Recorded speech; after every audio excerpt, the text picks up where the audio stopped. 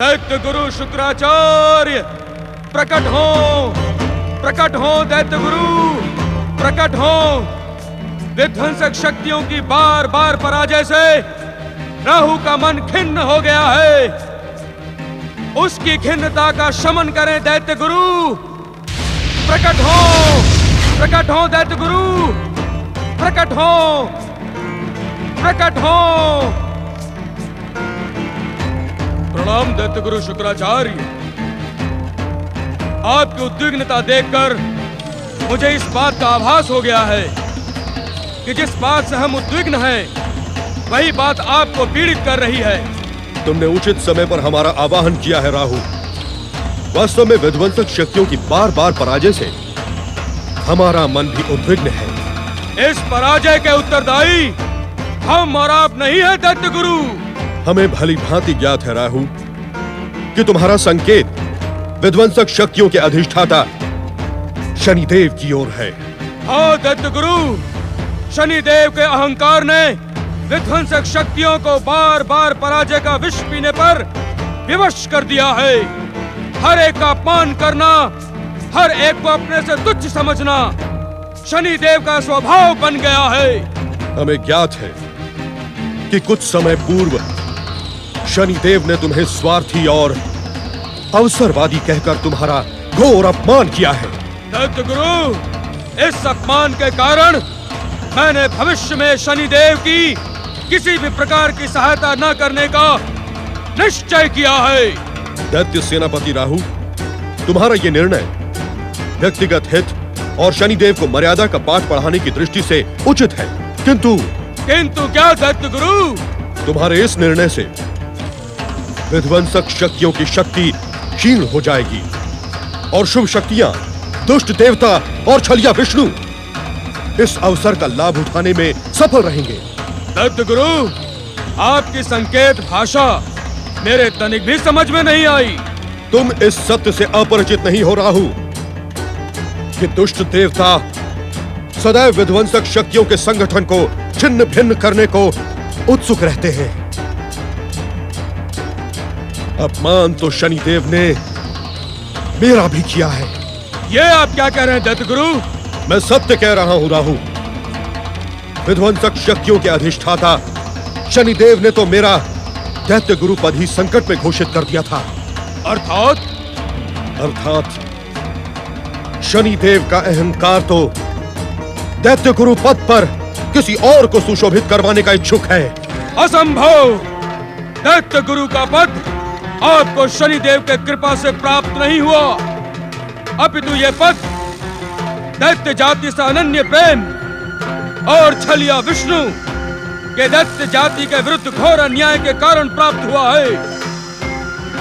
हम और पातालवासी असुर शक्तियां इस महान पद के लिए आपके अतिरिक्त किसी की कल्पना भी नहीं कर सकते। अहंकारी शनिदेव का यह कहने का दुस्साहस कैसे हुआ? शनिदेव के दुस्साहस नहीं तो मेरे मन की दुविधा को झकझोर डाला था। हर ओर से निराश, हताश और उदास होकर हमने अपने मन की दुविधा के शमन के लिए दैत्यों के आराध्य भगवान शिव से प्रार्थना की। तो क्या भगवान शिव ने आपकी उद्विग्नता का शमन किया? आशुतोष भगवान शिव को सच्चे मन से याद करने वाला कभी निराश नहीं होता। इसीलिए तो वो भोलेनाथ है।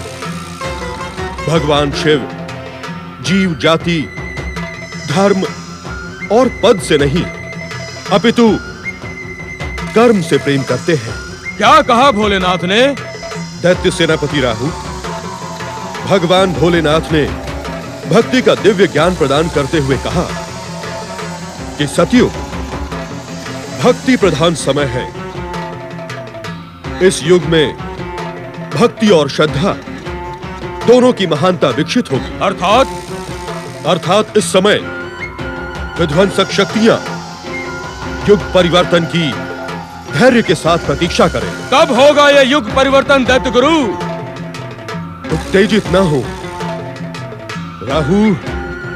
भगवान भोलेनाथ ने हमसे स्वयं कहा कि युग परिवर्तन और असुरों की भूमिका प्रारंभ होते समय हमारा संकेत स्वयं प्राप्त हो जाएगा। हर हर महादेव। राहु, हमें शिव कृपा पर पूर्ण विश्वास है, किंतु हमें शनिदेव के अहंकार का कुछ न कुछ उपाय तो करना ही होगा दैत्य गुरु। प्रतीक्षा करो राहु। प्रियव्रत अपने पिता सूर्य देव और अन्य ग्रहों से पराजित होकर शनिदेव का अहंकार अवश्य खंडित होगा। नहीं दैत्य गुरु नहीं, मैं आपकी इस बात से सहमत नहीं हूं। तुम क्या कहने के इच्छुक हो?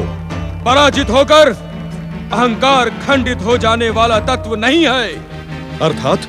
अर्थात का उदाहरण आपके सामने खड़ा है। छलिया विष्णु के चक्र सुदर्शन से अपना मस्तक कटवाने के पश्चात भी क्या दैत्य सेनापति राहु का अहंकार खंडित हुआ? क्या वैकुंठ के महासम्मेलन में उसी छलिया विष्णु द्वारा अपना घोर अपमान करवाने के पश्चात आज तक आपका अहंकार खंडित हुआ? राहु! सत्य को सुनकर उत्तेजित ना हो दैत्य गुरु। इस बार बार की पराजय से शनि देव का अहंकार खंडित होने के स्थान पर और अधिक विध्वंसक हो जाएगा।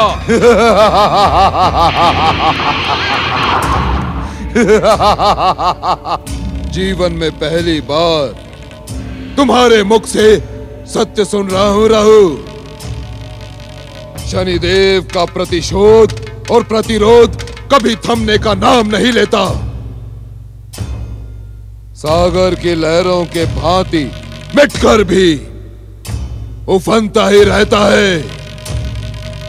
बृहस्पति, सूर्य आदि हमारे विरोधी ग्रहों के संगठन ने शनिदेव की विध्वंसक शक्तियों को चुनौती देने का दुस्साहस किया है। इसका परिणाम उनके हित में शुभ ना होगा ना। लंबे समय के पश्चात आपके दर्शन हुए हैं शनिदेव। शुक्राचार्य, शनिदेव इस समय आपको अपने दर्शनों से कृतार्थ करने नहीं आए हैं, अपितु आपको ये बताने आए हैं कि आप हमारी पराजय से प्रसन्न होकर उत्सव ना बनाएं, ना। आप अन्यथा सोच रहे हैं शनिदेव। आपकी पराजय से हम दुखी हैं।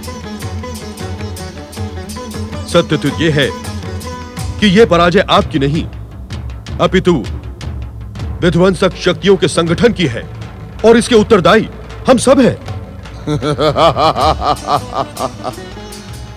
आपने शनिदेव के मन को प्रसन्न कर दिया शुक्राचार्य।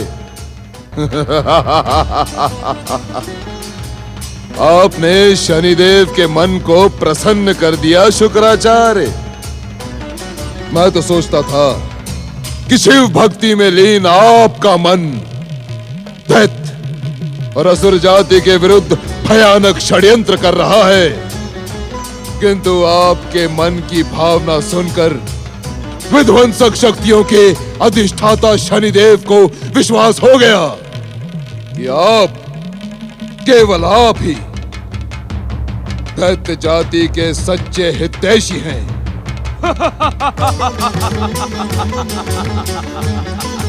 और मेरे विषय में आपके क्या विचार हैं शनिदेव? स्वार्थ की साधना कर अवसर पर घात लगाने वाले राहु के विषय में मेरे विचार बार बार नहीं बदलते। अर्थात ये कि राहु के स्वभाव को भली भांति ज्ञात करने वाले शनिदेव राहु के विषय में विचार करना अपना समय नष्ट करना समझते हैं। शनिदेव, मैं एक निवेदन करने का इच्छुक हूं। अवश्य अवश्य शुक्राचार्य, अवश्य। आज आप एक नहीं अनेक निवेदन कर सकते हैं, क्योंकि आज आपने शनिदेव के मन को प्रसन्न किया है। कहें शुक्राचार्य, क्या कहने के इच्छुक हैं? शनिदेव, यह सतयुग भक्ति प्रधान युग है और इस युग में भक्ति और श्रद्धा की महानता ही विकसित होगी। हाँ? तो क्या हम आपकी भांति शिव आराधना में लीन हो जाएं शुक्राचार्य। ओम नमः शिवाय और ओम नमो नारायणाय का जाप करें। हाँ, यदि आप ऐसा कर सकें तो आपका जीवन धन्य हो जाएगा शनिदेव, किंतु आप ऐसा कर नहीं सकेंगे। इसलिए मेरा आपसे विनम्र निवेदन है कि विध्वंसक शक्तियां आपसी मतभेद भुलाकर एक दूसरे पर विश्वास करते हुए, एक दूसरे का सम्मान करते हुए युग परिवर्तन की प्रतीक्षा करें। प्रतीक्षा करना शनिदेव का स्वभाव नहीं शुक्राचार्य। इस संसार का समस्त राग, द्वेष, छल, कपट, नीति, अनीति, कुनीति, दृष्टि, कुदृष्टि, धा, ईर्ष्या को आश्रय प्रदान करने वाले शनिदेव को यह अहंकार तो है कि प्रतीक्षा और धैर्य जैसे तत्व शनिदेव को स्पर्श भी नहीं कर सकते। इसका परिणाम बार बार आपके सामने आ रहा है शनिदेव। परिणामों से भयभीत होकर भीरुओं की भांति शनिदेव अपनी विध्वंसक, विनाशक, भयानक और मारक दृष्टि का प्रयोग विष्णु भक्तों के विरुद्ध स्थगित कर दे। हम स्थगित का परामर्श नहीं दे रहे हैं शनिदेव। परामर्श देने का दुस्साहस ना कर रहू। निवेदन कर, निवेदन, प्रार्थना कर, प्रार्थना, क्योंकि परामर्श में आदेश की भाषा रहती है जो शनिदेव को तनिक भी प्रिय नहीं। विध्वंसक शक्तियों के अधिष्ठाता शनिदेव, हम आपकी इस बात से सहमत हैं कि यदि विध्वंसक शक्तियां इस समय शांत रहकर प्रतीक्षा करने लगी तो छलिया विष्णु और दुष्ट देवता इस अवसर का लाभ उठाने से नहीं चूकेंगे। हमें अपनी संगठित विध्वंसक शक्ति से विष्णु भक्तों को पराजित करना है। किंतु कहकर रुक क्यों गए शुक्राचार्य? कहें, क्या कहने के इच्छुक हैं? शनिदेव, हमारे मन में एक दुविधा उत्पन्न हुई है। दुविधा? कैसी दुविधा शुक्राचार्य? शनिदेव, हमारे आराध्य भगवान शिव ने हमें स्वयं कहा कि युग परिवर्तन होने तक प्रतीक्षा करें, और एक शिव भक्त होने के कारण मेरे मन में यह दुविधा जन्मी है कि मैं शिव आज्ञा का पालन करूं अथवा विध्वंसक शक्तियों के संगठन को सक्रिय सहयोग प्रदान करूं। अपनी इस दुविधा का शमन आपको स्वयं करना होगा शुक्राचार्य, स्वयं। शनिदेव और विध्वंसक शक्तियां आपके सक्रिय सहयोग से अवश्य प्रसन्न हो सकती है, किंतु सहयोग ना मिलने पर इनके प्रहार और अभियान की शक्ति पर तनिक भी प्रभाव नहीं पड़ेगा शुक्राचार्य। शनिदेव, आप विध्वंसक शक्तियों के अधिष्ठाता हैं। मैं आपकी विध्वंसक शक्तियों से भाली भांति परिचित हूं, किंतु आवश्यकता और विध्वंसक शक्तियों के संगठन के सदस्य होने के कारण मेरी आत्मा मुझे धिक्कार रही है और पुकार पुकार कर कह रही है कि भृगु पुत्र शुक्राचार्य, अपने निर्धारित कर्तव्य का पालन कर। एक लंबे समय के पश्चात विध्वंसक शक्तियों को आपने अपना सक्रिय सहयोग देने का जो निर्णय किया है, हम उसकी प्रशंसा करते हैं शुक्राचार्य। हाँ, और मेरे विषय में क्या आज्ञा है शनिदेव? दैत्य गुरु शुक्राचार्य के निर्णय के पश्चात दैत्य सेनापति राहु के कर्तव्य स्वयं ही निश्चित हो गए हैं। हम तीनों ने मिलकर विरोधी शक्तियों, दुष्ट देवताओं और छलिया विष्णु को अपनी शक्ति का आभास करवाना है। दैत्य गुरु शुक्राचार्य, दैत्य सेनापति राहु, हमें भली भांति ज्ञात है कि उत्तानपाद की पहली पत्नी सुनीति के गर्भ से जो बालक जन्म लेगा वो इस संसार में विष्णु भक्ति का एक नया अध्याय रचेगा। किंतु हमें अपने सामूहिक प्रयास से सुनीति के गर्भ को खंडित करना है। अवश्य अवश्य ऐसा ही होगा।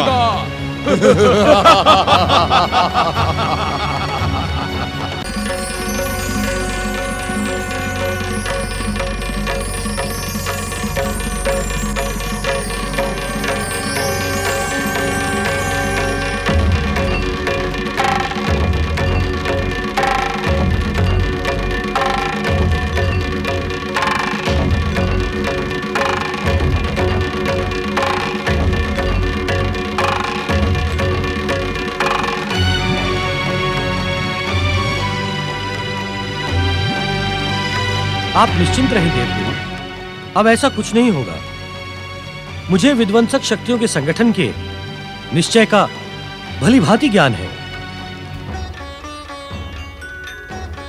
गृहपति सूर्यदेव, आप विध्वंसक शक्तियों के अधिष्ठाता शनिदेव के पिता हैं। शनि स्वभाव से हठी और अहंकारी हैं। वो किसी भी मूल्य पर पराजय स्वीकार नहीं करते हैं। देवगुरु, सात्विक और शुभ ग्रहों ने महारानी सुनीति की सुरक्षा के लिए शनिदेव को उसके दुस्साहस का उचित दंड दिया है। मुझे पूर्ण विश्वास है कि शनि अब महारानी सुनीति की ओर देखने की उद्दंडता पुनः नहीं करेगा।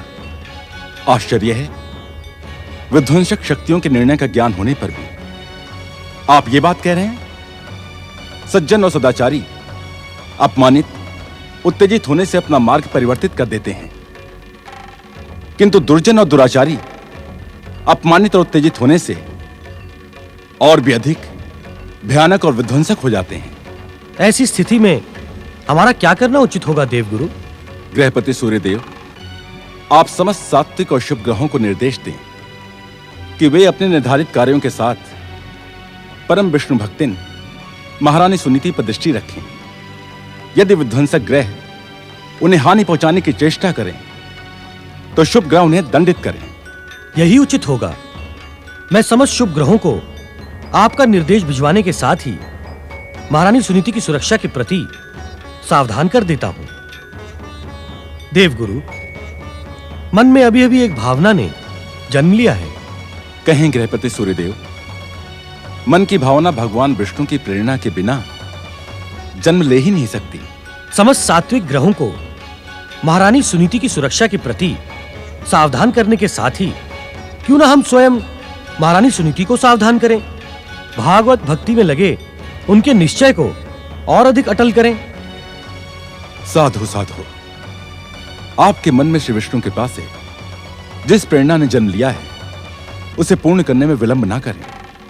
शुभस्य शीघ्रम।